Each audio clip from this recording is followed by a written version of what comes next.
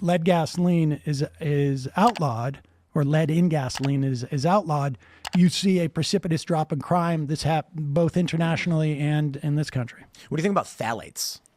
Are you familiar? No.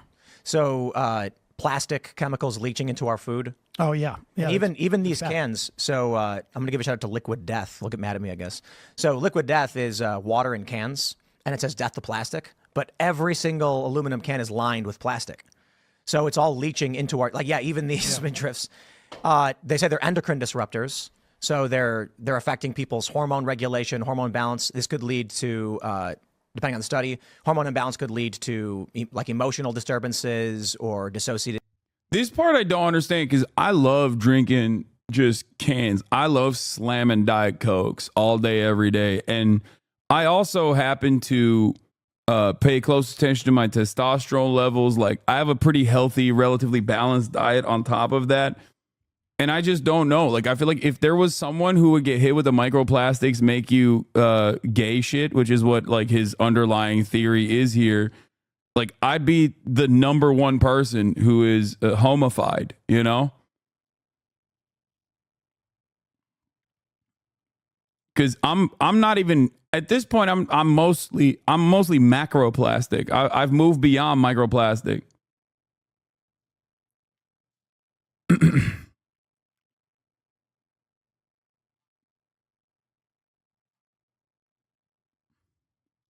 Or like identity issues. This is one of the reasons why, I mean, since we are a couple of days away from an election, I'm such a soda boy. I think it's so important to make sure that Donald Trump is not in a position to appoint any more Supreme Court justices.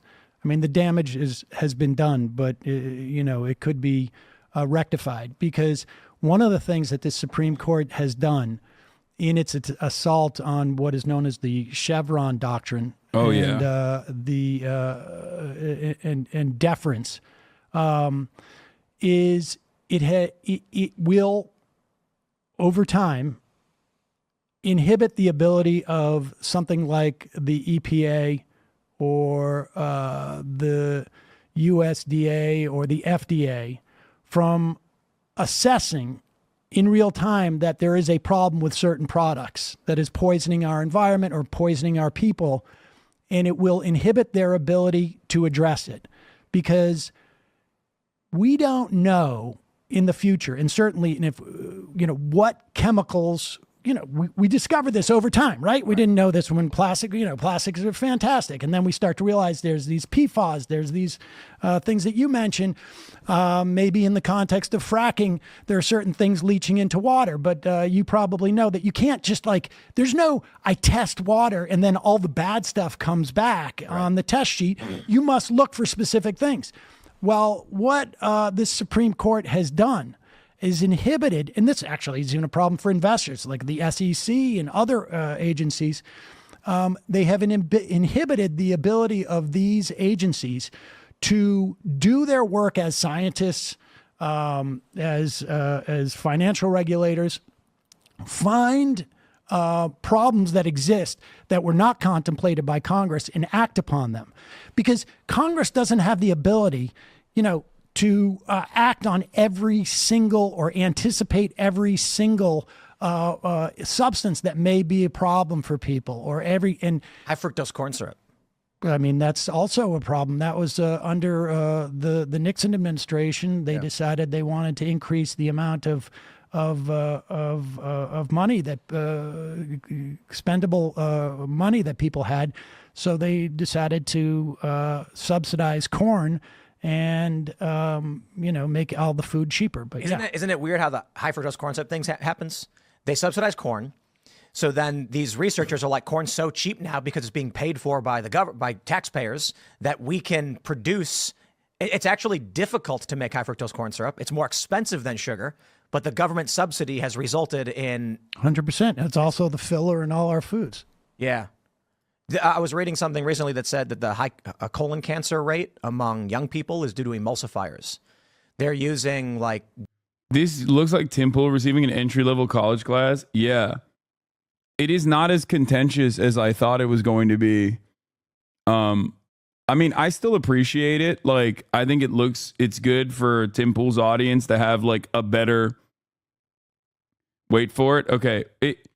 All I'm saying is it's good for Tim Pool's audience to get an introduction to someone like Samuel Seder in a non-adversarial setting like this, because they'll learn some shit, hopefully. Gellan gum and guar gum and these things in dairy products. So, or not even just dairy products, but like to make it seem like it's fatty. And so you're actually just eating this like gum stuff that gunks up your insides. I don't know how you appropriately regulate or deal with things like that, because it's like you're saying, we don't know what it's going to do until we have all this data and research for a long period of time. I mean, we could regulate against it. Like, I wasn't quite a Tim is like, look at us. Isn't this world crazy? Yeah, he is doing that. fan of Michael Bloomberg, but one of the things he did was, I think it was during the Bloomberg administration, there were like polysaturated fats, I think it was, that were outlawed in New York City. I think that's become the norm around the country. Even you couldn't buy a 40-ounce soda. That was kind of weird. Not really, because it's the same principle, right? I mean, the fact is that like, and the pushback from conservatives in this was so ridiculous, because like, look, I can't go buy a pony version of like a beer. Like, I don't want a 12-ounce beer. It's not illegal. I want to, but I can't, it's not available to me. I mean, the size distribution, what difference does it make? Like, at the end of the day. Right, well, that's true, because people just bought 2 sodas. It is. Speak for yourself, brother. You better not be advocating to make my beer gay. I want multiple beers. I need to slam them back. I mean, if you buy 2 sodas, at least you're trying to basically, you're not. You're not outlawing sodas or whatnot, but you're trying to encourage less cost, essentially, for society, right? Because more people get diabetes, that ends up costing society more. I mean, so there's a lot of value to regulation. Look, we saw this in the context of light bulbs. The light technology we have in here, right? All these LEDs.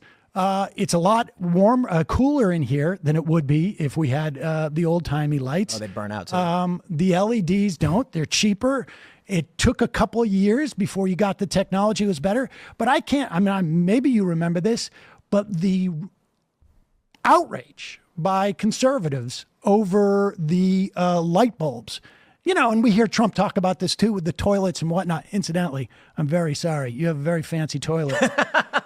And you have a very fancy toilet. Oh my God, he dumped in there. He dumped it. Yo, that's crazy. He did not just dump. He did not dump in Tim Pool. That is an act of resistance right there. Just. Well, it wouldn't flush. You got to, because it's a fancy toilet. It's trying to save water. We try, man. So no, I appreciate that. But you end up having to press it several times, and then it didn't work for me. Should we just get the regular one? The regular? I don't know what you should do, but maybe I'll call the authorities, because Well, I mean, but that's kind of an issue. That's insane. That is an insane thing to say. He's like, you should call the authorities because I left a big one in there. Right. We have some shit I would say. It's funny hearing Sam Seder say that. This like high-end eco toilet. It will. Well, it's a bidet, and it's fantastic. I really enjoyed that part of it. It's just, yeah, bidets are the but best. It won't flush. It didn't flush. Yeah, people keep asking, like, I don't understand. I'm like, you got to press it like 3 times because it has like a sensor. I pressed it like 5. So I mean, this kind of feels like an example. So we agree. We want to reduce excess waste. We want to reduce overuse. Waste in general. Like, we don't want to produce waste. We want to not waste things like fresh water. But now we have a toilet that requires 5 flushes because we tried doing the right thing. Well, I mean, look, you just bought the wrong toilet. I mean, one downstairs and have the I have low flow. You can find low flow, manual toilets. I mean, that's a high end toilet. This conversation is getting derailed. But, I mean, the bottom line is all of these. There are definitely regulations. Nobody's forcing you to buy that toilet, but there are definitely regulations that we find over time are not as effective as we thought. But the bottom line is all of this deregulation that we're seeing is a function of largely of, well, certainly of conservatives, but largely a function of the Republican Party. And now we see, for me, Kamala Harris would not be the first person that I would vote for. But in terms of the Supreme Court, that alone is enough for me. How do we balance and federal courts? I would say too, broadly. I mean, how do we balance this? Right. So there's a push and pull between private and public. There are, I've never been a laissez-faire libertarian guy. I've never heard a good argument from a libertarian about how you protect water. I've often brought up the Clean Water Restoration Act. Are you familiar? A little bit. I'm not trying to put you on the spot. It's just I think it was the 70s. I'm not sure if it was the Cuyahoga River. It was the Cuyahoga River in Ohio that was flames. on fire, and that's where we got the EPA from. Right. And people were like, why is this? And what ends up happening is all of these corporations say, don't look at me. I only did a little bit. And it's like, well, yeah, but literally everybody doing a little bit is an avalanche. Yes, of course. And I've never heard a good answer for how you deal with something like that. Just claiming someone owns the river changes nothing. No, of course it doesn't. I mean, I've had many, many debates. People can. So what we've learned so far is that Tim Pool is, one, a steady opponent, a steady opponent of capital punishment, and two, is an environmentalist. 39 minutes in, and the entire conversation has been Tim Pool agreeing with Sam that capital punishment is unconscionable, and that, two, we really have to do climate change initiatives.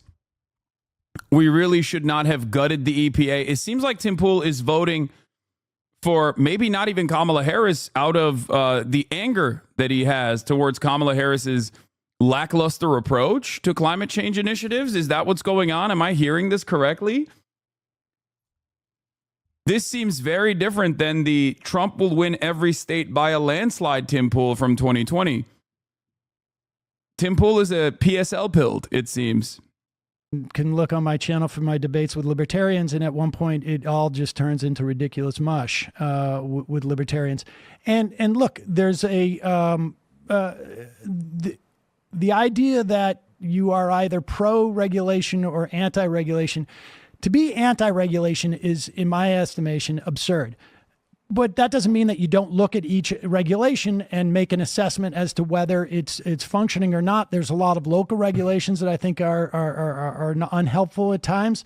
I'm sure on a federal level there are some regulations that are unhelpful. But the bottom line is, fundamentally, this kind of stuff annoys me though, because it's like guys like this who are otherwise like amoral, who are otherwise like valueless, can so quickly behave like a chameleon in any sort of conversation, you know, and they can suit, they can basically change their entire worldview just for the sake of that conversation, and then just go back to the regular bullshit. And I don't know. I find it a little bit aggravating. I find it a little bit annoying. There are a lot of people there are a lot of people I see, like Tim Pool is a propagandist for sure. Obviously he's a right-wing guy, but there's even people in like the debate space, for example, that will, that are very clearly not motivated by empathy and don't have, a world view that revolves around like doing no harm or minimizing harm or anything like that. And they can just like in these, depending on who their opponent is, they can turn around and just, argue on the exact opposite sides of a position. They're like debate mercenaries, basically. And I don't think their audience has punished them enough for it anyway. Like, I don't think people will punish. That's why D is on his pro-Palestine arc right now and debating Zionists and blaming you for affecting the movement for worse. I like that his entire worldview is just motivated by whatever, like being at odds with me, no matter what it is. Yeah, he's the true advocate for the Palestinian cause after advocating to genocide them and continuing to defend that genocide for a year of said genocide. And now he's going to be the true champion of the pro-Palestinian cause. And be like, Hasan is the bad guy. I don't believe that he is actually flipped. This chatter keeps saying he is, or this chatter keeps saying he has flipped, but good luck. You know?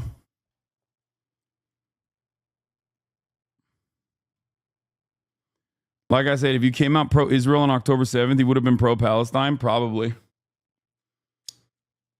But that is precisely what I'm talking about. That is actually what I'm talking about, which is that like a lot of these people just have like an enemy that they've designated. Like with Destiny, it's obvious.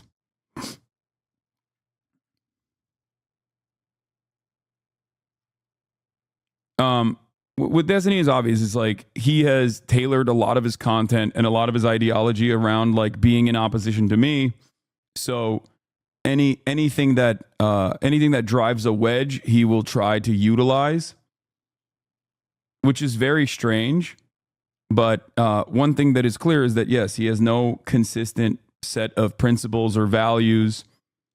But he is rhetorically skilled enough to be able to, I guess, dupe people, especially in like short bursts. When something is like clipped in a TikTok debate format or whatever, he can get people to be like, yeah, this guy seems to be on my team or whatever. And most people don't interrogate or examine the full scope of their knowledge or their opinions or their advocacy. But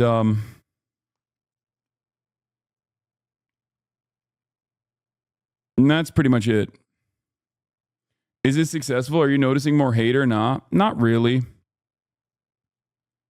I don't think it's that strange because he's definitely getting bred of that tactic. I know, but I think ultimately it doesn't really matter. Let's continue. Do you allow the government to have this ability to regulate? The idea that we have, that it inhibits the free market in some way, I think the idea of a free market is absurd, doesn't exist.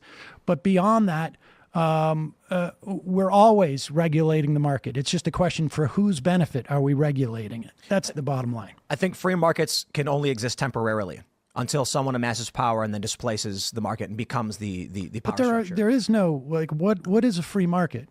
It would be like 10 people who live 10 miles from each other, they trade periodically. But once you get to a point where anyone controls one resource, you start to get power displacement, and then you'll end up with power centralizing. Yes, well, the first thing that you're talking about, hasn't existed in forever. Yeah, forever. I mean, really. But if he's saying anything pro-Palestine, it's because the tides have turned so much further than they ever were, and it's more beneficial from a standpoint to ride both sides now. Yeah, that's probably what it is.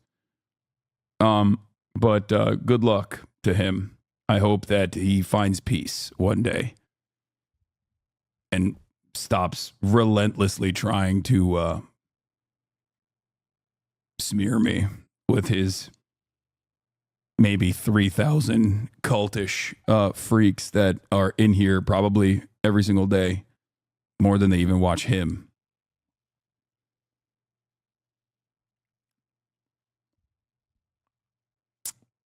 The reality of the matter is it'll never happen because he makes money off of that. But it's like, I talk about this with left libertarianism because a lot of people on the right say it doesn't exist. And I'm like, it absolutely does. It's hippies living on a farm. You know what I mean? That's left libertarianism. They're just hippies on a farm. There's no need for great power structures or police because 10 people living on a farm get along just fine. Yeah, but scaling things up is where... but and maybe they're completely self-sufficient, but they got there in some fashion, and it wasn't they drove on roads that were built right by a society. So. It is funny because I always hear libertarians say that it's a meme who's going to build the roads. and I never actually get a response. Well, Like private you companies, could find private companies that are going to build roads, but they're as they're they not gonna, do. Yes, but they're not going to build. The trap card.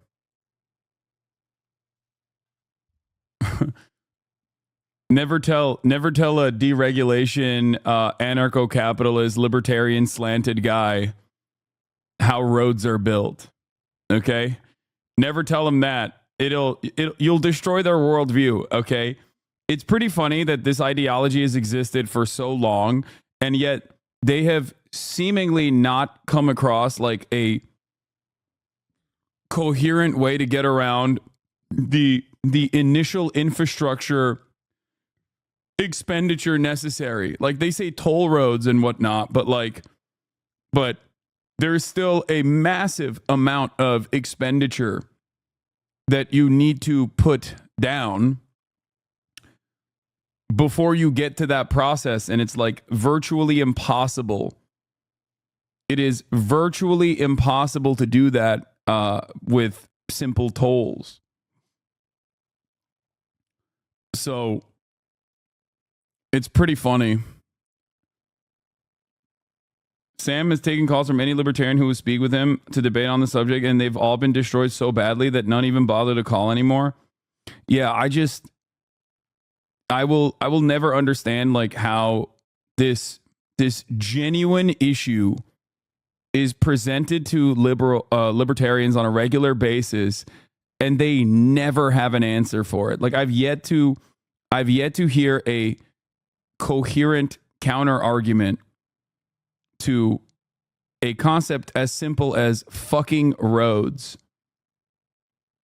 Like there are varying degrees of anarchist thought on this matter. You have minarchists who believe in like small government because you still need to have a court structure, right, to enforce contracts. That's another fun argument that I'm sure Sam engages with all the time. But it's just, yeah, you bring up the court system, you bring up the enforcement of the court system, and all of a sudden, bedlam. No coherent, reasonable counter argument to either of these things where you're like, okay, so you want a minimal government, you want a court structure, who's going to do the contract enforcement? Zapatistas have roads, CNT had roads, the anarchists in Manchuria had roads, though. Yeah, that's different. We're talking about anarcho-capitalists.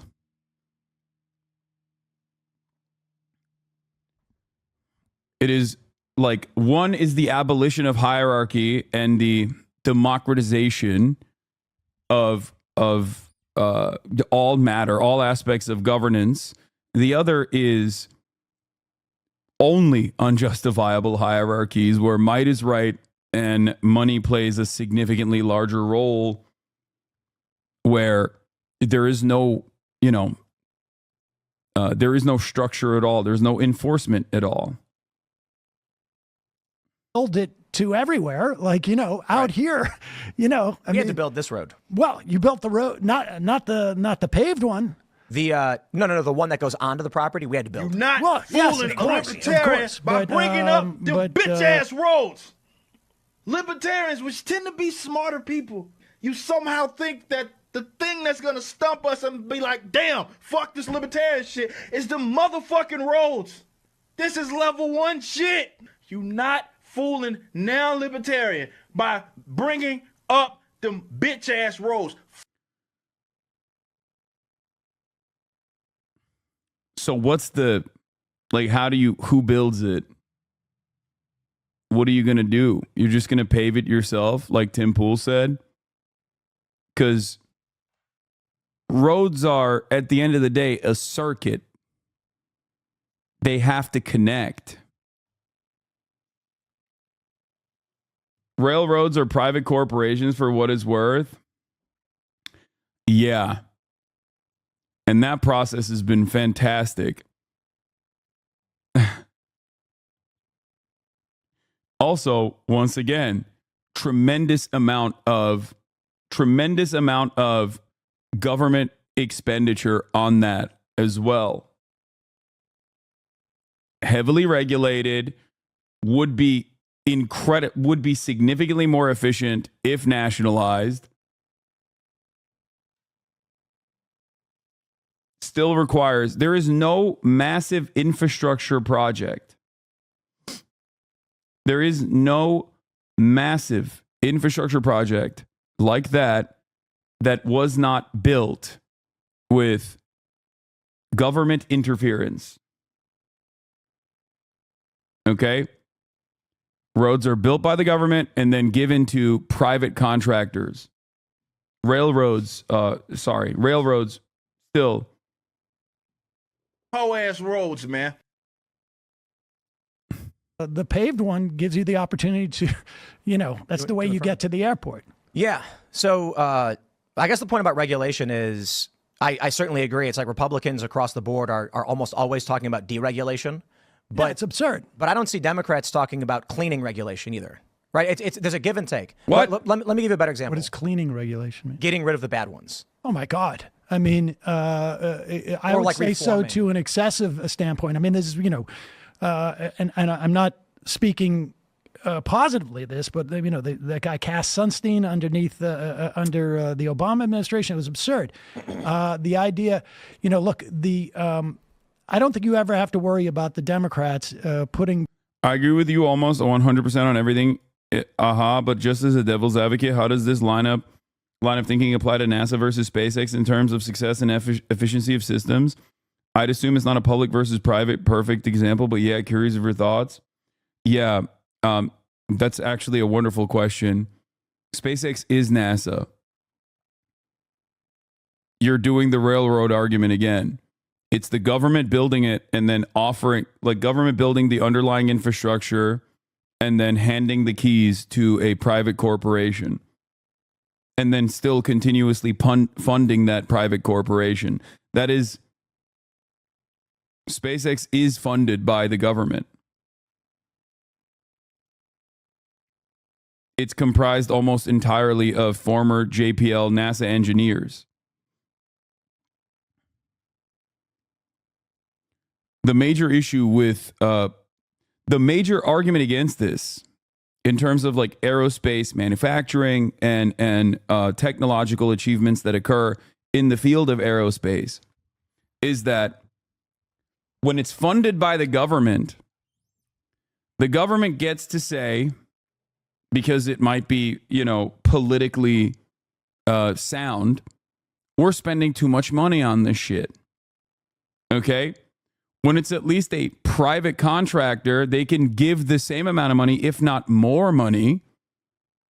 Okay? But it's hidden as it's written off as an expenditure that isn't cut because we have no mechanism of saying we got to lower the amount of subsidies that we're offering to private corporations because the private-public partnership is the method in the United States of America. That is the saddest aspect of this. These massive technological improvements that have been life-changing have almost always come from the public sector because massive technological leaps require an endless amount of failure. Private corporations have short-term profit motives. Therefore, they do not have a lot of room for failure. They do not have a lot of room to just like burn endless amounts of money in an effort to get to a certain point necessary. The internet would have never been created under a private structure.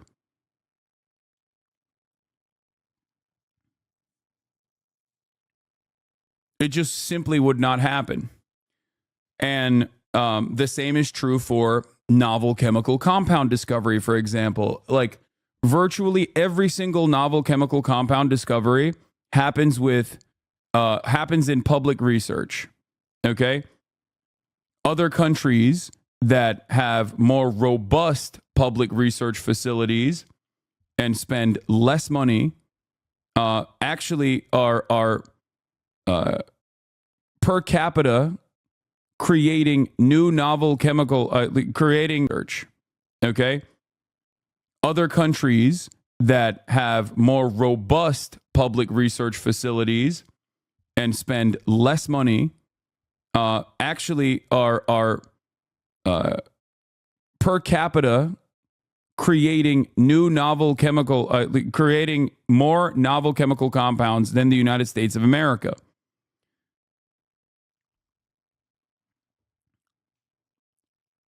There's a reason for that.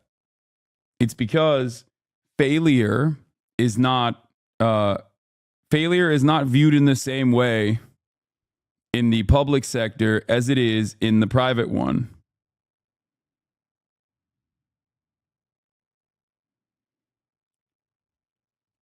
Failure is a necessary part of scientific discovery.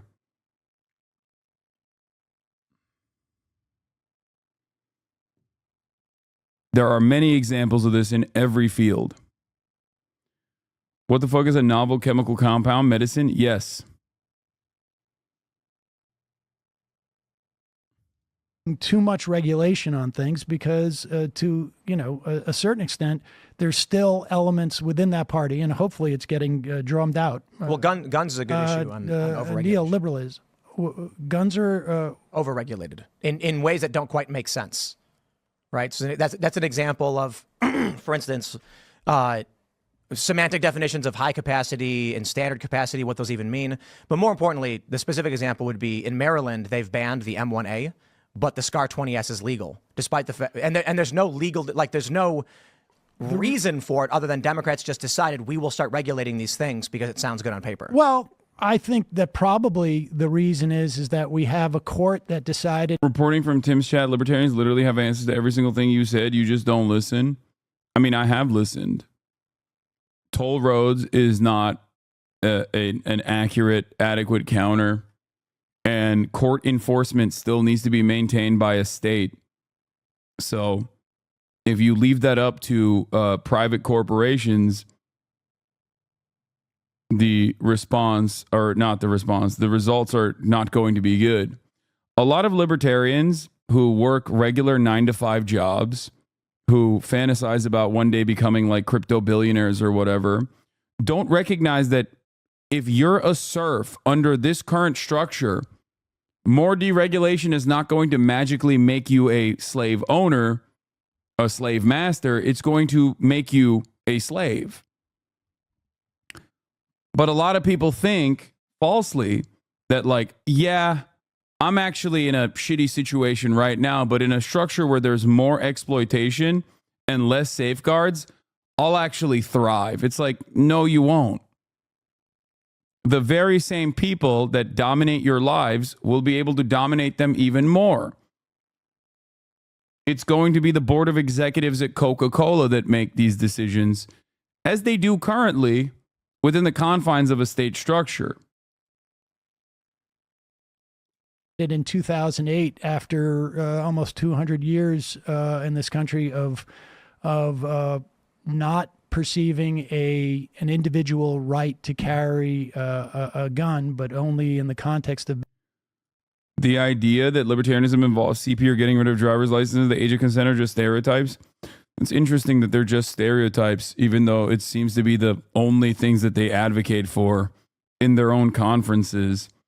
Like, Tim Pool is not a libertarian. Is Rothbard not a libertarian?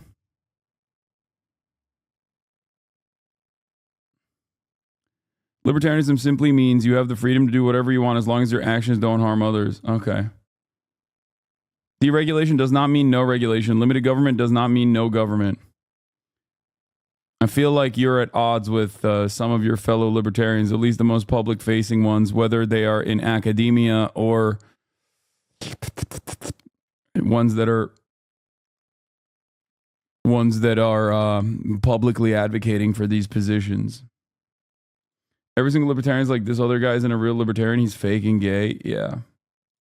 being a well-regulated militia, that because the court has lurched so far to the right over the past 2 decades, particularly most recently, that I think the idea is that you chip away at this from a legal perspective to try and build a legal precedent by doing, whatever. I mean, I'm not familiar with that specific regulation, but I would imagine that's the idea. We're going to get as much regulation as we can in this.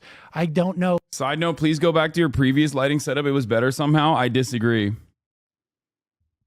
And I think Chad will disagree with you as well. I think Chad likes this new lighting setup a lot more. It makes the camera quality a lot better. Like, the camera literally looks better. It's lit better. Like, what's the damage done by that? Maybe from the perspective. Made people felons who have like an archaic, it's unfair to call it archaic, I guess, but like the M1 Garand is like a Vietnam weapon. And the M1A is a more modern version, but it's like a wood stock, and it's got like it's a 308. The Scar 20S is a modern AR-15 style variant, which is substantially more efficient. Well, I am definitely in favor of outlawing, all of them, if that makes it easier. Every single one. Well, I listen. I think that people. I have no problem with people using weapons that are specifically for hunting. That's I'm okay with that. But see how I segued into guns now? Well, I'm happy to. I mean, it's absurd. I think. It was a bit of a forced segue. But the Supreme Court has lurched to the right, and completely agree. Two Supreme Court justices on the right who I think want to retire in Alito and in Clarence Thomas, and I would love Donald Trump not to have the opportunity to appoint their successors. I don't want to go too. I want to stay on the guns for a bit, but the sign's pointing to a Trump victory. It doesn't mean he's going to win. I don't know if he's going to win. Didn't you tell me we were driving up and somebody asked me if I'd been on your show before, and I said, yeah. I don't know what show it was because you got so many, but it was actually this channel. Okay, that was like 7 years ago. And nobody can find that interview, but I'm quite convinced that you also predicted a Trump victory then, and that must have been like it was pre-COVID. Well, this was like 2017, 2018. Okay. So I don't know. I mean, maybe not, but I'm pretty sure it was. I mean, I am unclear as to who's going to win this election. Nobody knows. I see positive signs for Harris, but I can't tell if that's me being aspirational or not. So well, I would certainly say I learned my lesson with 2020, right? So damn. Wait, no way. Yo, he did not just say that. Bro said 50 states landslide. No, did he say 49 state? I don't want to get it wrong. Bro said 49 state landslide for Trump, dude. What was the one state that loses? What was the one godless commie freak state?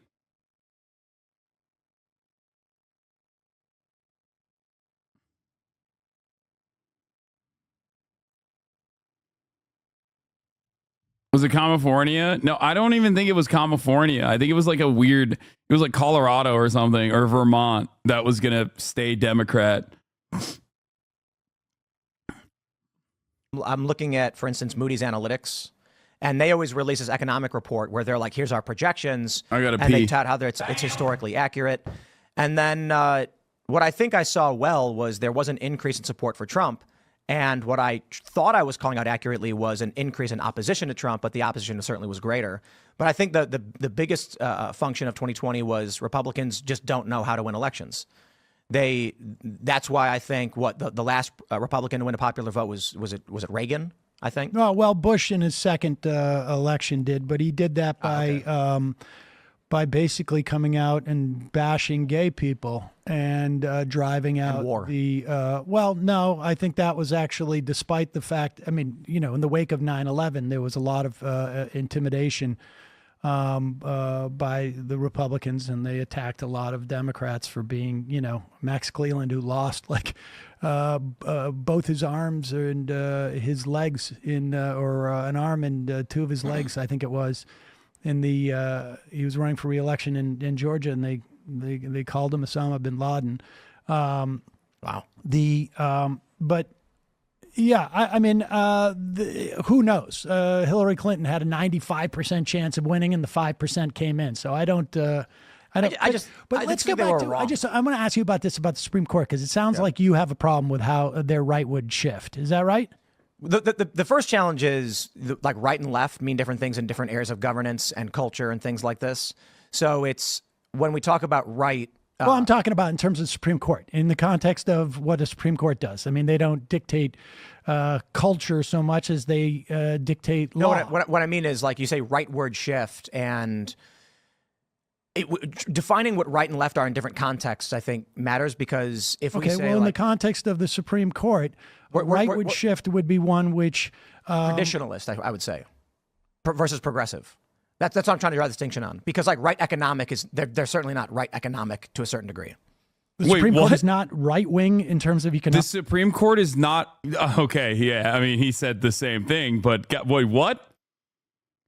That's perhaps the most insane thing that Tim Pool has ever said on his broadcast, and there is a litany of insane things that he has said. He is known to say the Supreme Court is directly at odds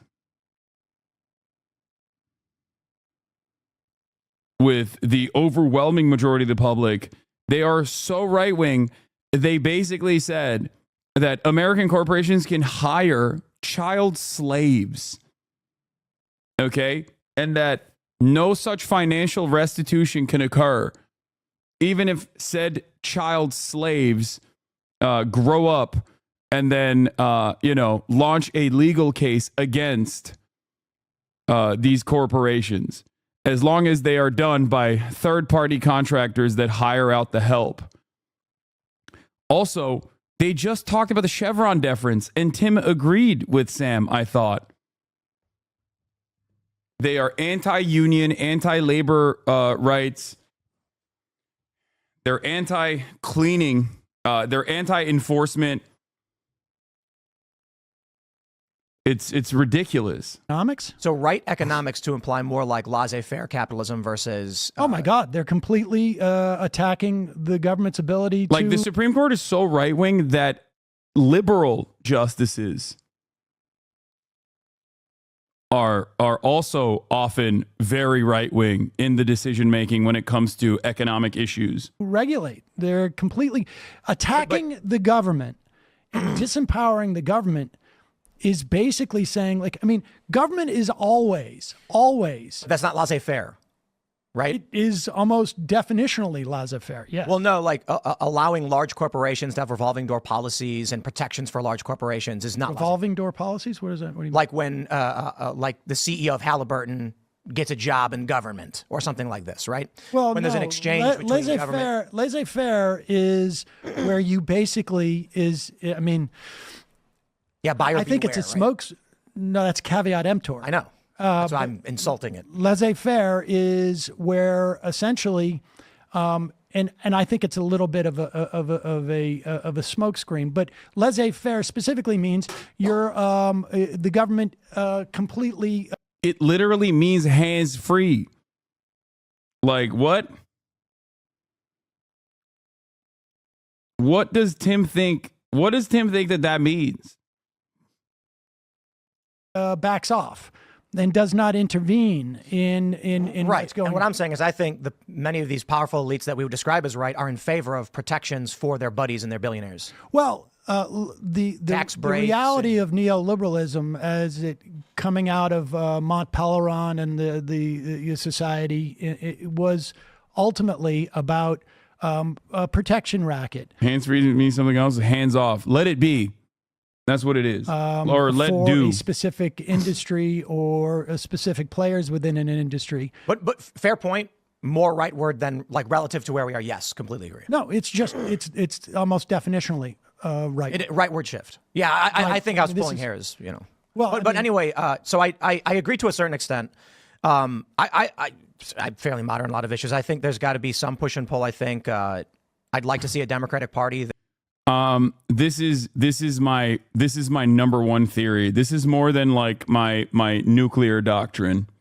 Okay, you need to understand this. This is something that I genuinely believe. It's something that I talk about all the time.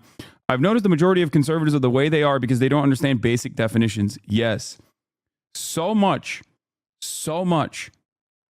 of the liberals do it too. Yes, liberals are also conservative. So there are, or I'll have a lot of conservative associations or conservative leanings on certain issues. But yes,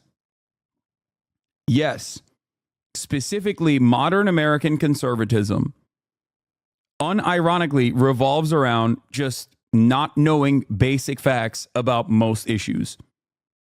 Okay? It is an ideology that is built around ignorance and having no adequate puzzle pieces to like logically comprehend what is happening, and instead making up your own mind about how things are the way they are or why things are the way they are.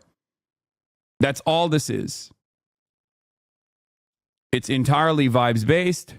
It has it lacks facts, and that most of the conservative arguments that are presented, regardless of how intellectualized they may seem, can be dismantled with some pretty basic entry level facts. This is precisely the reason why when Ben Shapiro, who I would say is probably one of the best conservative speakers, like one of the most like intellectually presenting conservative speakers, was actively dismantled by 25 woke college students because they were, you know, they were very knowledgeable on some of these key facts. That's it.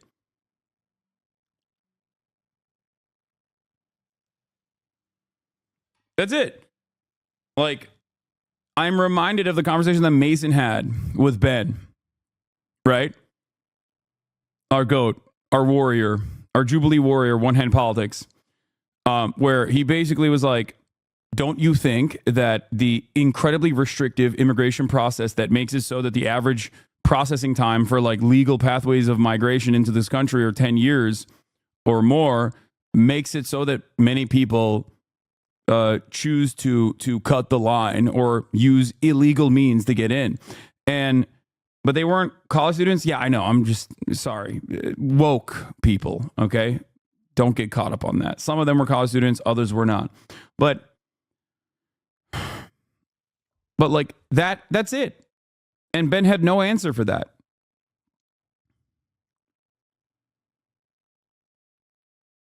That is just like entry level reality shit, right?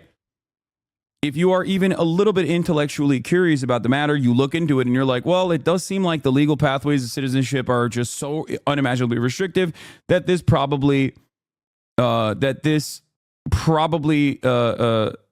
increases illegal pathways of migration for a lot of people that are seeking asylum or, you know, escaping dire circumstances back home. And if there was a legal pathway, that most people would just go through the legal means. That provides sound regulation in key areas that matter, like we're talking about lead and water and things like this. And then I'd like to see actually any party, I don't care who does it, like it's a sound reason to be like, hey, don't dump lead and garbage in our water. But at the same time, it's also to say, hey, we should reassess what we blocked and why we blocked it. Then maybe there's some regulations. What specifically are you talking about? Like certain things to be deregulated. Like what? So the M1A, for instance, right? So I brought it to guns. My point is just in general. It's a specific example of where Democrats have regulated firearms in a way that makes literally no sense. Okay, it makes no Doesn't do sense. anything. What's the downside here? Making people felons for owning something while How allowing. many of those people have been made felons by owning a 10,000? I don't know more. 10,000 felons? There are 10,000 felons in, when was this, in Maryland? You mean convicted? No, you said felon. I'm just asking. Right. So I'll give you an example. The pistol brace ruling, right? So when the courts ruled that pistol braces made a pistol a short-barreled rifle, I actually had to dismantle a bunch of my weapons and separate. And there was no law passed. There was no act of Congress. That's some pussy shit, Tim. You should have been fucking defending your freedom from the ATF, brother. Was ATF making an arbitrary decision that I was now committing felonies for simply having owned a legal product that I bought that was legal at the time. And Congress never passed this law. So now I risk prison over a nonsensical Wait a second. regulation. You were talking about Democrats and Overregulating things. overregulating, but you just said that this was not a law that was passed. It was an assessment made by the courts. No, it wasn't by the courts. It was the ATF, arbitrarily. And have This is the Chevron ruling, that the agencies have a right to self-regulate and make their determinations. So the ATF, this is partly why people on the right were celebrating this, because the ATF was arbitrarily deciding that it was now a crime without any act of Congress. So we had to actually, I had to go Okay, so dismantle. aside from these instances with you don't like some of these gun regulations, what other regulations do you have a problem with? I don't know. I mean, there are certain things that I want to be regulated more than I think. I think this is a really funny conversation to be having with respect to the ATF, because like the pistol brace ban is not in effect. I think this is the one area that like Sam is not super knowledgeable on, which is why Tim can come across like he knows what the fuck he's talking about, because the court struck it down, claiming it to be arbitrary, and that yes, Sam has already conceded that there are oftentimes like arbitrary restrictions that are implemented by the regulatory agencies. And that is a problem. Like, I don't think that you need to be a gun pervert in general, but you know, this is the one area where like even the most basic Republican can just kind of cook up liberals and people on the left, because they are such insane gun perverts that they know all of the most annoying fucking rules and restrictions. Like, I know this from living in the state of California, right? Like, California has had a pistol brace restriction, or a pistol brace restriction in perpetuity. It's like kind of fucking annoying. That's why a lot of the like assault weapons, like AR platform and the like, have that like really annoying way of holding it. Like, you can't grip it.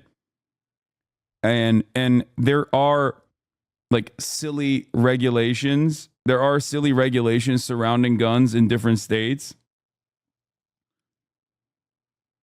Having said that, however, I think that what is like the reason why these agencies do like patchwork solutions in general, and states do patchwork solutions in general, is because of the endless amount of paperwork that organizations like the NRA and other like gun freedom organizations launch against each individual state, and they stop any kind of like common sense legislation at the federal level, and that we can never actually have like decent gun control.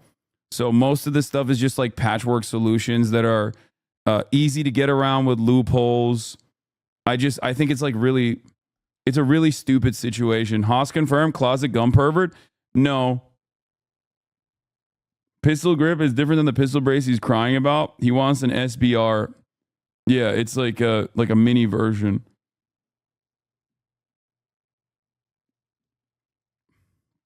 I'm a stupid leftist California gun pervert, so I know the details. A lot of these laws, especially in California, are performative, so politicians can say they pass gun control laws.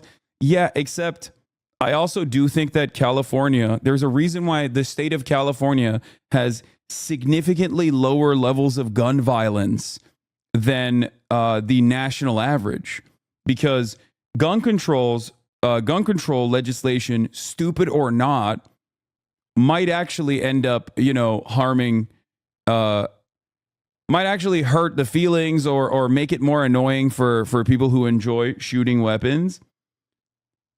But the reality is, no, there are definitely performative ones. You're wrong.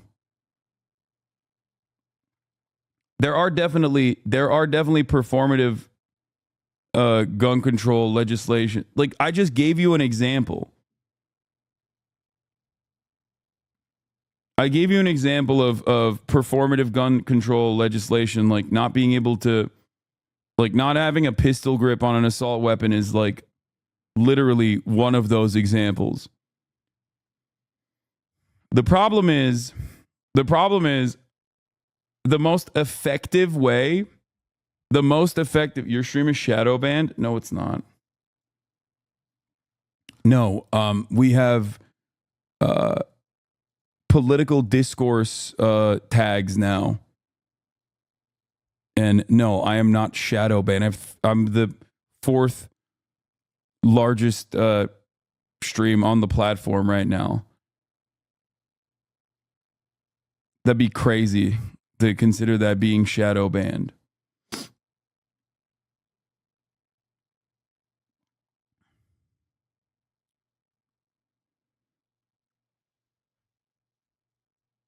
If you're fighting with anything but a blade, you aren't a warrior. Facts. True.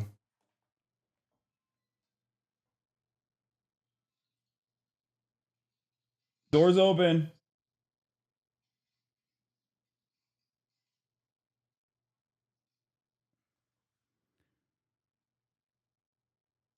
Think about in terms Like of what? deregulation. The lead in the water pipes is the easiest example. Lead is actually. And why isn't it being enforced is the question, I suppose. But Well, also, it is being enforced. I mean, the problem at what happened about uranium too. What happened in Just so you know, your stream doesn't show on my Alexa Echo show anymore. It used to show as soon as I went on Twitch. Now I have to put in the URL. I mean, it seemingly hasn't been successful, the shadow banning. Maybe. in Michigan was that you had a Republican governor who wanted to basically disempower a. You don't show up in just chatting in incognito. I mean, we can test this very quickly. Oops. Let's see. Twitch.tv/directory all in incognito. Recommended for you. Views high to low. Boom. I'm right there. Let's do, how do we do categories? Just chatting. Recommended for you, high to low, boom, right there. Recommended for you, I don't show up. I'm not recommended. That might be because, Twitch does not recommend me. That's understandable. It is interesting, however, that Asmongold's commentary also revolves around politics, but he's at the top of the recommended board. But I guess his type of politics is considered more permissible and not as political. Like, he probably doesn't get hit with the politics tag, but it's all good.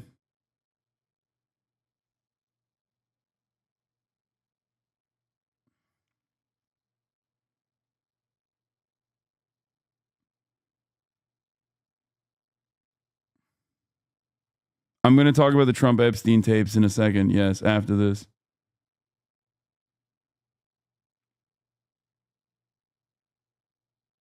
Hasan, you literally do politics 10 hours a day? Yeah, I know. I'm not.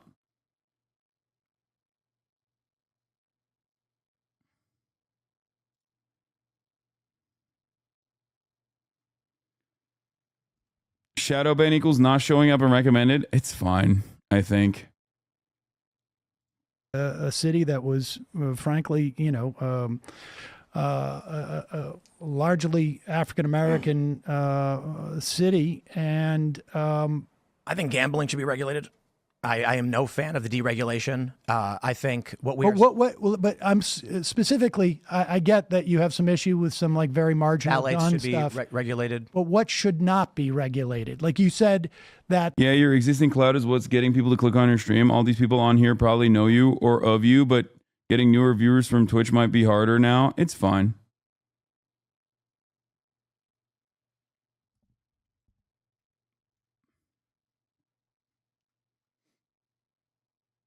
It is what it is. Even during a shadow ban, you're getting the same amount of viewers as you always do. Who cares? Doesn't matter at all. You show up and recommend it on incognito, just way down. Yeah.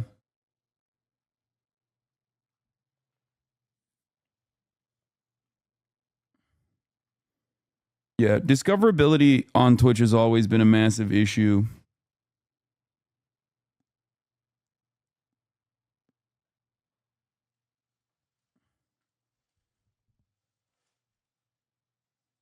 I don't think there is an active shadow banning though. What will you do if politics is banned off Twitch? I don't think politics will get banned off Twitch.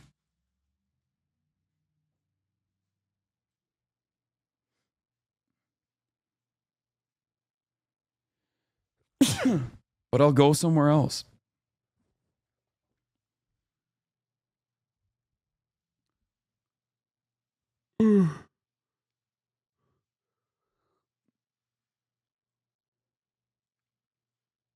Not being recommended as much because you're tagged as politics does not equal a shadow ban amount. I agree. Holy shit! Did an anonymous user gift 100 gifted subs? What the fuck? Yeah, I think I'll be fine.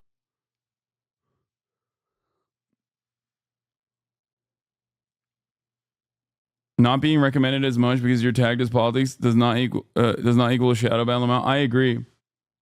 Holy shit! Did an anonymous user gift 100 gifted subs? What the fuck? Yeah, I think I'll be fine, chat. I think we're good, boys.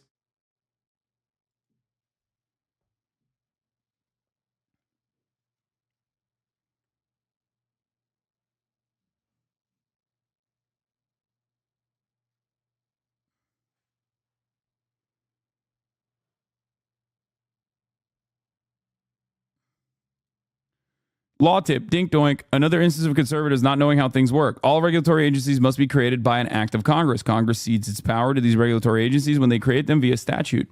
Straight out of the Constitution. This is why the Looper Bright is so brain dead. This is why the Loper Bright is so brain dead, because the entire point of these agencies is to take the load off of Congress and actually tackle the issues. Mate Feed Art, thank you for the 100 gifted subs. God damn.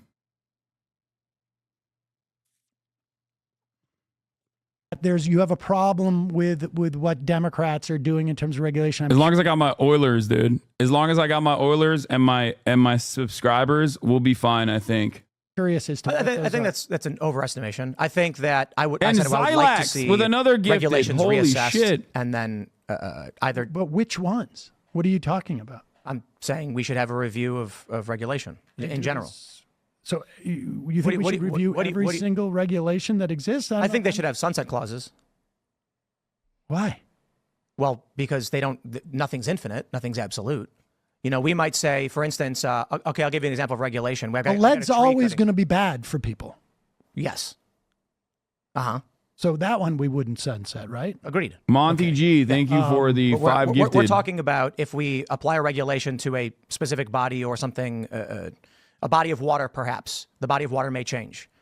So, I'll give you an example. Like we have toxins in the water are always going to be toxic. Which is why, like I said, I'm in favor of more regulation. And that the deregulation thing is just a safeguard on we shouldn't be making sure that we're reassessing periodically. Why would you sunset like those like regulations on what is poisonous in water, for instance? I wouldn't.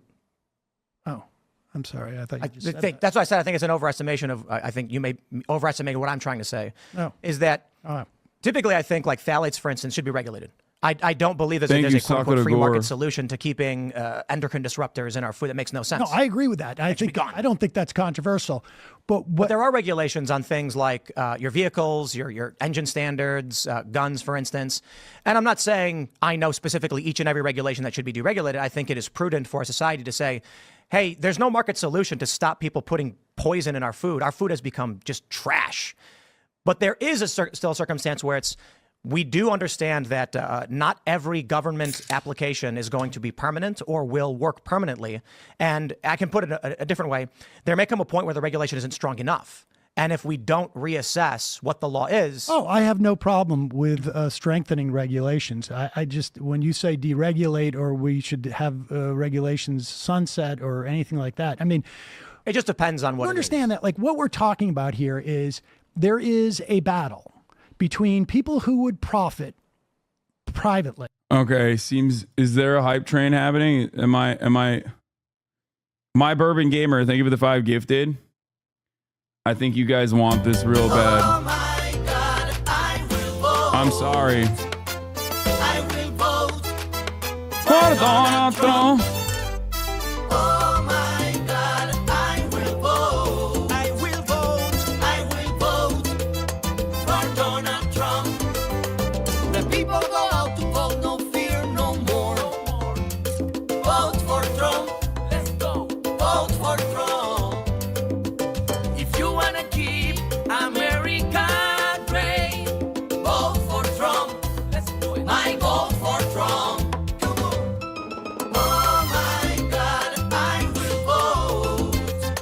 Woke. They're woke.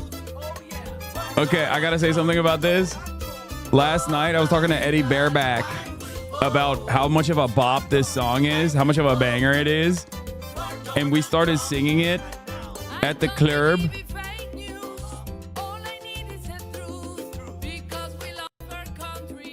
And because it got stuck in my head, on the way back home, I caught myself humming this in the Uber. And I had to stop myself because, like, I was worried that the Uber driver was going to think I'm a fucking Trump supporter.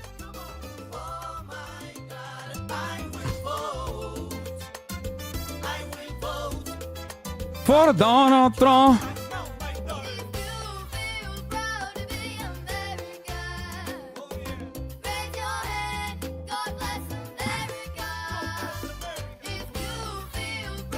I'm so cooked. God bless America. I will vote. I will vote for Donald Trump.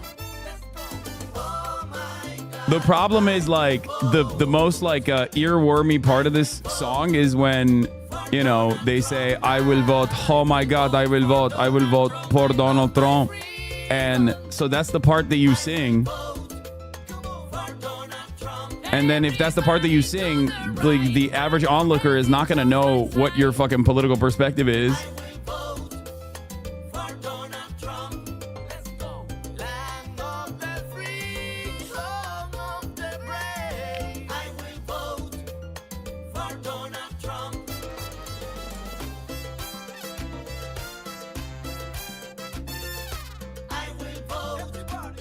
For Donald Trump. Okay.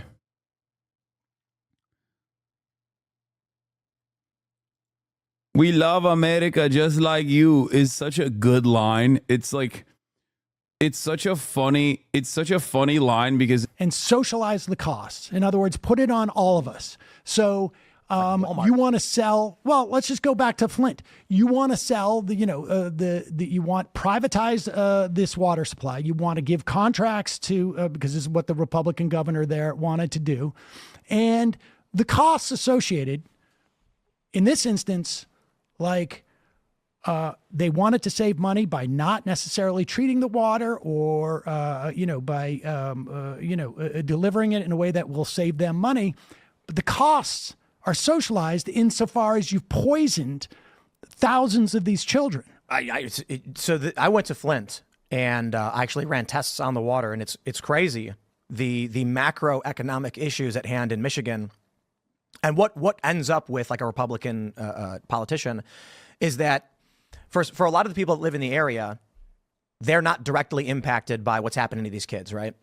For people who live outside the area, they're going to see the news and they're going to say, like, how could this be? Okay, this conversation is going nowhere. Let's get to the Russia stuff, okay? That thing or not? Apparently, it starts around here.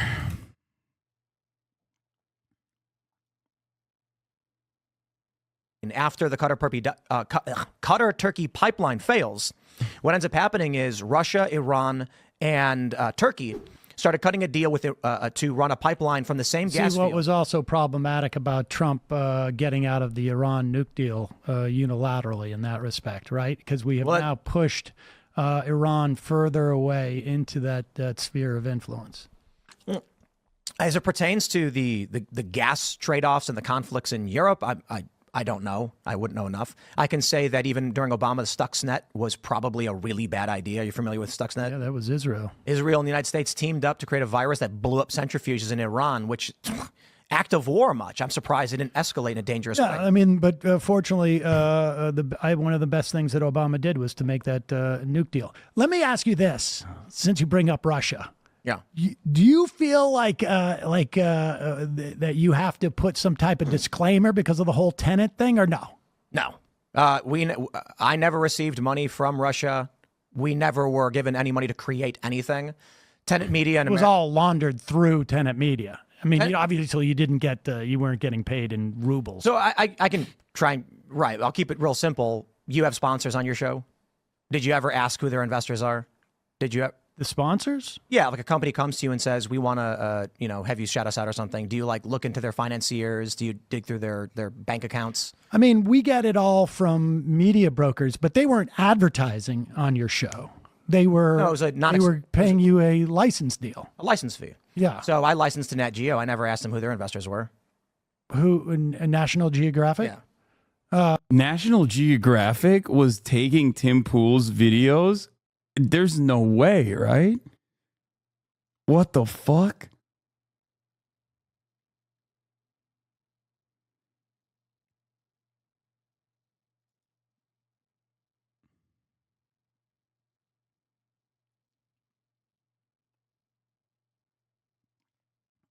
What the fuck could he possibly sell them? Like what would National Geographic syndicate from like the Tim Pool show?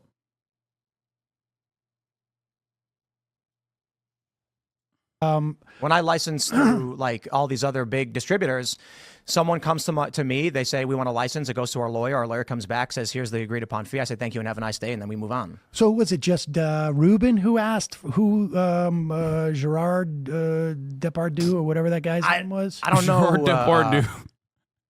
Catching strays.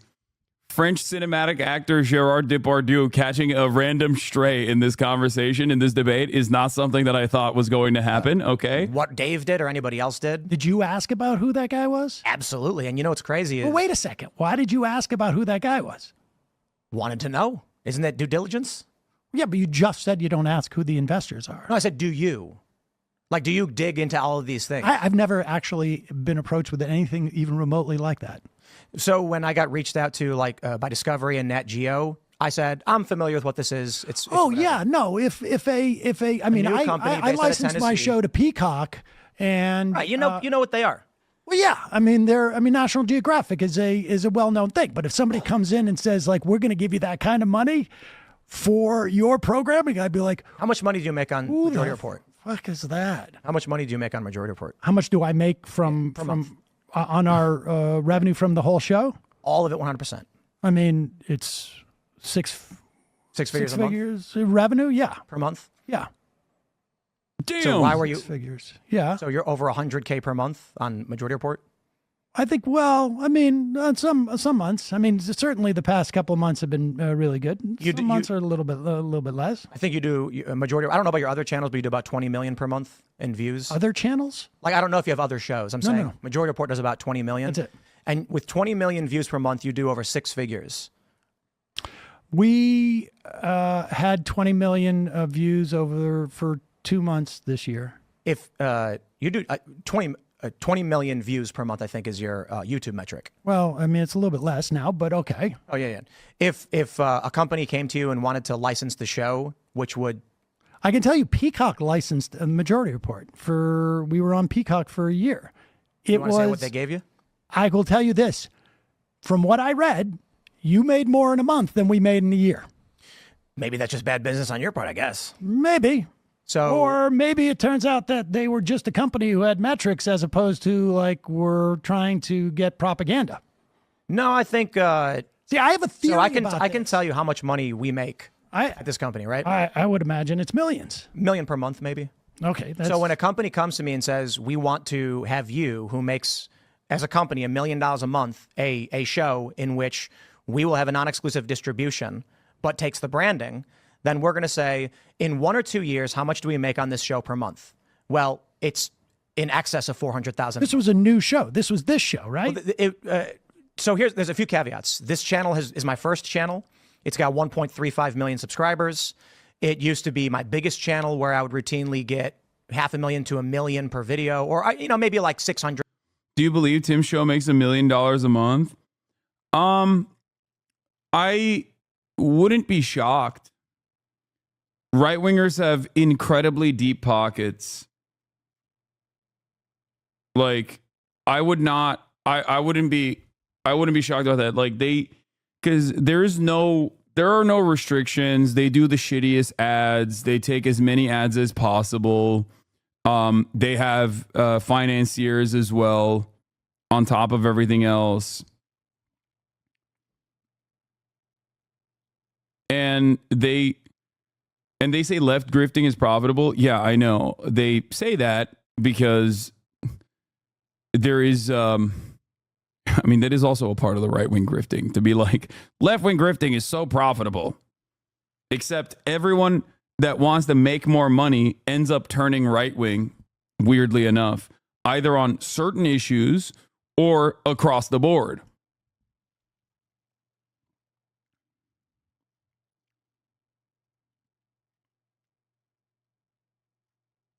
But like right-wing content right-wing content is catnip for the algorithm. That much is also true. Like, it sucks. It's just the reality, right? Like, there is not really anything you can do about it either. Like, these algorithms unironically boost right-wing shit like crazy. Like Patrick Bet David, I am currently, as it stands, I think 400. I just looked up my social blade stats. 457th in the news rank in the country. I'm the largest left-wing content creator, like, in North America. Largest progressive content creator in North America, and there is like, I'm nowhere near close in terms of like how much more. How many more unimaginably successful right-wing content creators are.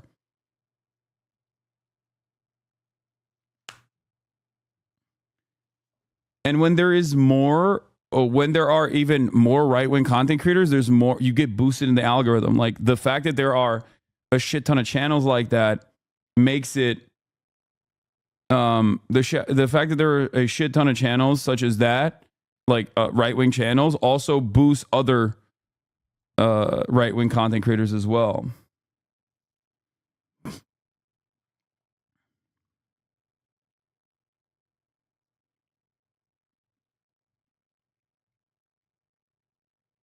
So I don't think it's that crazy that he makes $1 million.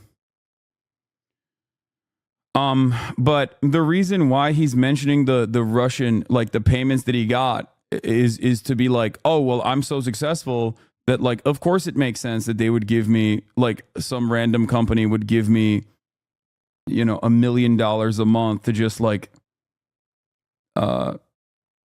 license out my content. The problem, on the other hand, is that you were also saying stuff like Ukraine is the enemy of mankind and shit. So, like, where did that come from? Like, it almost feels like you did know that you were getting paid by Russia and were changing your commentary specifically for that. 100,000 per video on certain shows. And then we're talking about doing a show like this where you'll get, you know, you have 1 million, 1,000,005 subscribers. I've got 1 million+ subscribers, or with the other channels, it's big names coming, doing these debates tends to attract a lot of sponsorship. So you had any other deals like this? Yes. Oh, you have had other deals like this. So, because I seem to remember you saying to Emma that you had not, that it was just all from members, or you didn't have any like back sponsors. There's no backers, right? It's a license deal is not a sponsorship. Like, I mean, I have sponsors. Sales. Like, I have. Well, it's different. No one has come to this company. Let's clarify. Hello Tushy comes and says we want to sell bidets. Here's the difference. I do an ad, but I don't have a license. No one has come to my companies, plural, and said, I will give you X in exchange for X in terms of the production of content or a stake in the company. We have no investors. We have no backing. We have sales. Have you had other license deals like that? I'm not talking about a sponsor. Tenet Media was not a sponsor. It was a non-exclusive distribution license. Yeah, it was a license deal. Yeah. No, I get that. So have you had other license deals like that? Yes. And so this is not with who? Is it another? I mean, I'm just curious. Well, I got to wait because some of these deals are still in contract negotiation, so I can't. Oh, so you didn't have any prior to the Tenet, or you did? I have licensed content to big networks. We have explicitly and on a low scale. Prior to this, you had licensed it to other big networks. I'm confused as what I have licensed my content to other big networks prior to the Tenet deal. Yes. Oh, and we also what were those networks?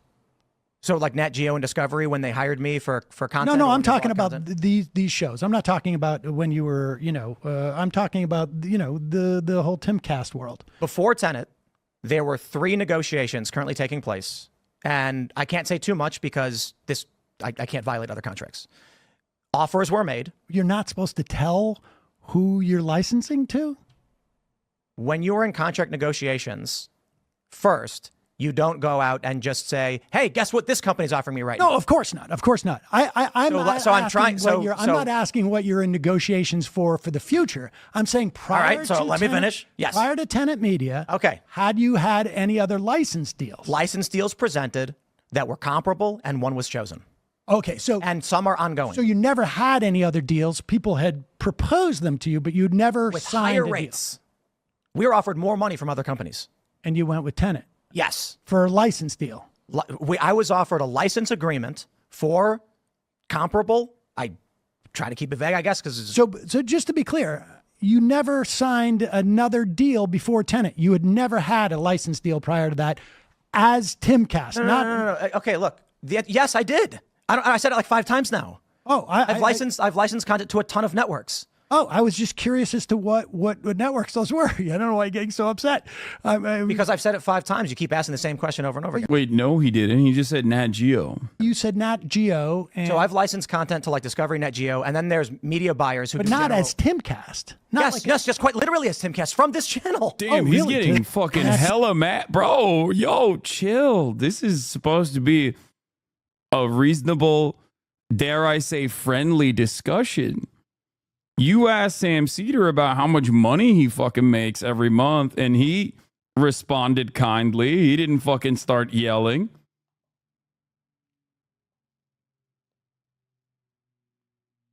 Why is he getting so defensive?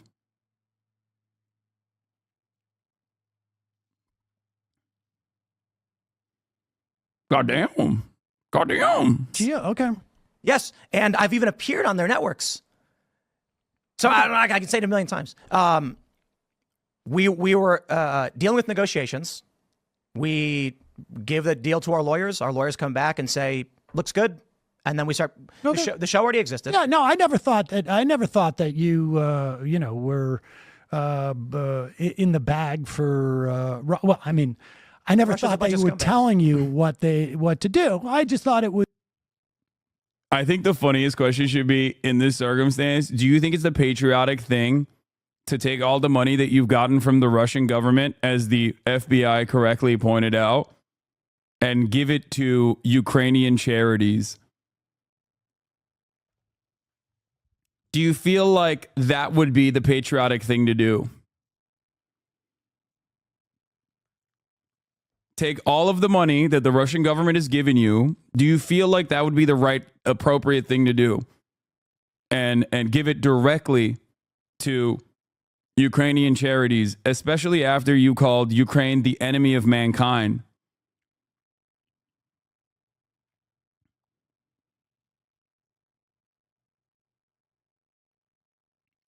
I would want to know what his answer to that would be. I think that'd be funny.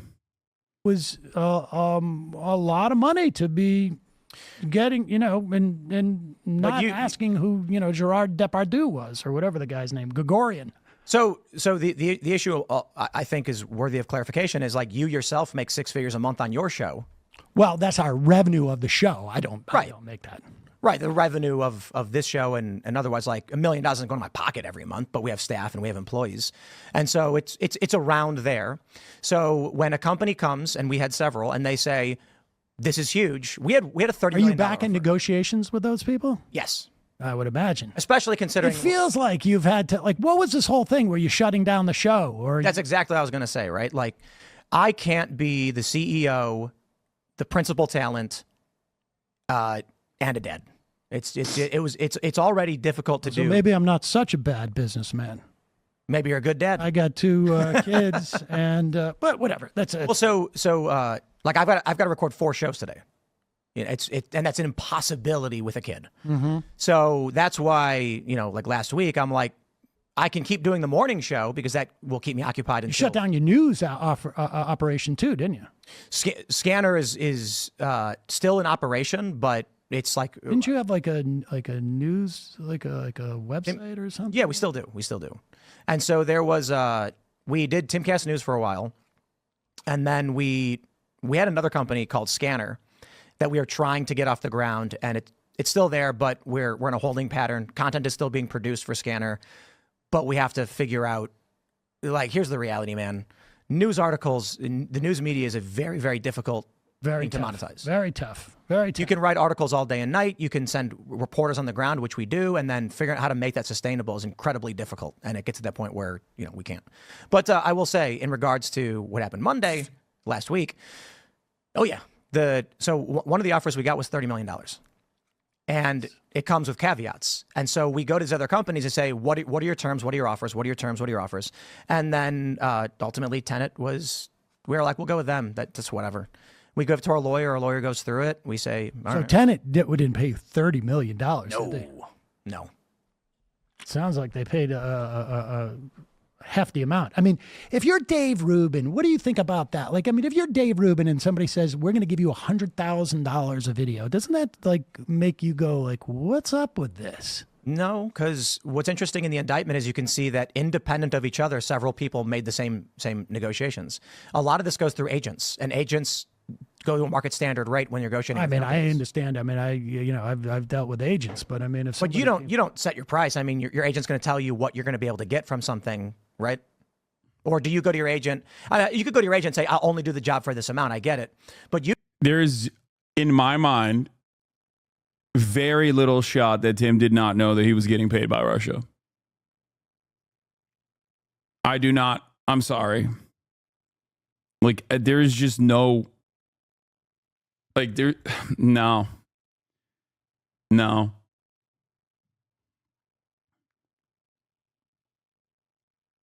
Especially because of that famous clip. Like, that clip alone to me is like, that's,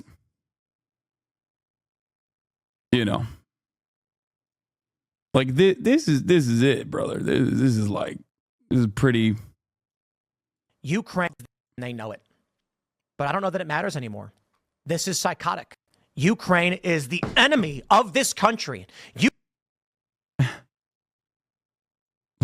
Ukraine is our enemy, being funded by the Democrats. I will stress this again. One of the greatest enemies of our nation right now is Ukraine. They are expanding this war. Now, don't get me wrong. I know you've got criminal elements of the U.S. government pushing them and guiding them and telling them what to do. Ukraine is now accused, a German warrant issued for blowing up the Nord Stream pipeline, triggering this conflict. Ukraine is the greatest threat to this nation and to the world. We should rescind. Ukraine is the greatest threat to this nation and the world.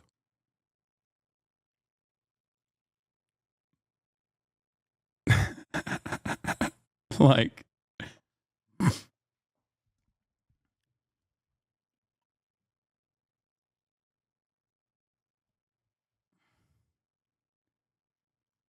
Ukraine is the greatest threat to the nation and the world. That is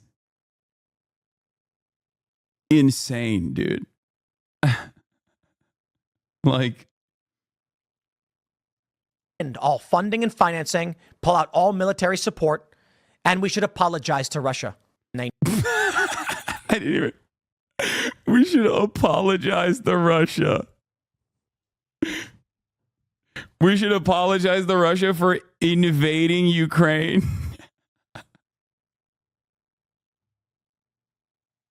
Like, as you guys know,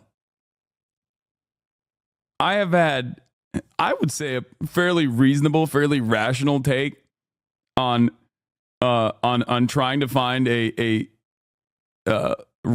long-standing, peaceful solution to the unjustifiable, immoral, barbaric invasion of Ukraine conducted by the Russian government. And it's like, and yet, of course, many people have said time and time again that I am pro-Russia over and over again. Those people have never really listened to what I have to say, I think, because if you have ever listened to me talk about Russia's invasion of Ukraine, I have consistently maintained the positions. Many people have said time and time again that I am pro-Russia over and over again. Those people have never really listened to what I have to say, I think, because if you have ever listened to me talk about Russia's invasion of Ukraine, I have consistently maintained the position that it is completely unacceptable.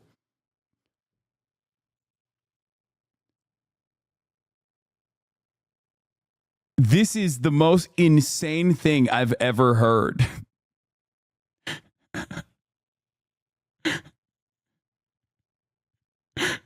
We must apologize to Russia.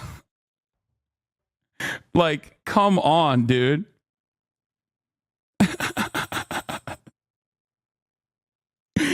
That is incredible stuff. Usually there's, it's going to be like, look, this is the kind of job that's going to pay in a range of here. The company's got this much. Here's what you're going to be able to get for it. So, for instance, like 500,000 views might be $10,000 in ads, right? Okay. That's market standard. So if you're talking CPM and I call like an ad sales guy and they say, hey, this company wants to sponsor you, you get 500,000 on the show, they're going to give you $10,000. I can say, right, that's the market range. And so then I might try and argue a premium and be like, well, I'm Tim Pool, so I think you should give me 15. And then they'll come back and say, no. We're not talking about sponsorships. We're talking about the value of a license agreement where a company would have the ability to run sponsorships on their end. Right. So if we're talking about, say, Timcast IRL in the morning show, which we do around $1 million in revenue per month, then a comparable show is going. You're going to say this when you're licensing a show. If we run the show by ourselves for a year or two, then here's how much we're going to generate in sponsorships, memberships, et cetera, by the end of year 2, 3, 4, and 5. If we do a license deal, we jump the gun. We generate lesser revenue than we would in the long term, but it closes the gap sooner. No, I get it. I understand why you would take it. I would take that money if somebody came to me and offered that, but I would be like, wait, what's going on here? But you would be, I mean, we have 3 different companies coming at us. They're all known American enterprises. I mean, I will say one thing too, like Lauren Chen's was working at the Blaze. You know what I mean? This is not like some strange person appeared out of nowhere. Raises questions to me about the Blaze? I mean, I think, it's quite clear to me that, there was reports about like, in the run up to the election, George Santos was on a Zoom call where people were getting paid at least $20,000 to put out stuff that Kamala Harris was a slut on their social media and stuff like that. And I'm like, I've been doing this for 20 years and, it's not a huge amount of competition on the left. Nobody's ever offered me $5 to do anything like that. Let me let you in on the secret. This has been true for a long time. So your revenue for Majority Report, is it largely YouTube based or do you do like ad reads as well? It's ad reads, it's members, it's YouTube. You have YouTube programmatic, so do we. Like programmatic ads means like your YouTube channel will show you how much you made from YouTube's ads. Yes. So Russia can go on your YouTube channel through Google Ads and put $10,000 a month into your channel without you knowing. Okay. And you'd have no way to track or control any of that. So this. It's okay. This does happen though, where. So this in and of itself is not an appropriate argument because the responsibility is in the hands of YouTube, to ensure that this does not happen.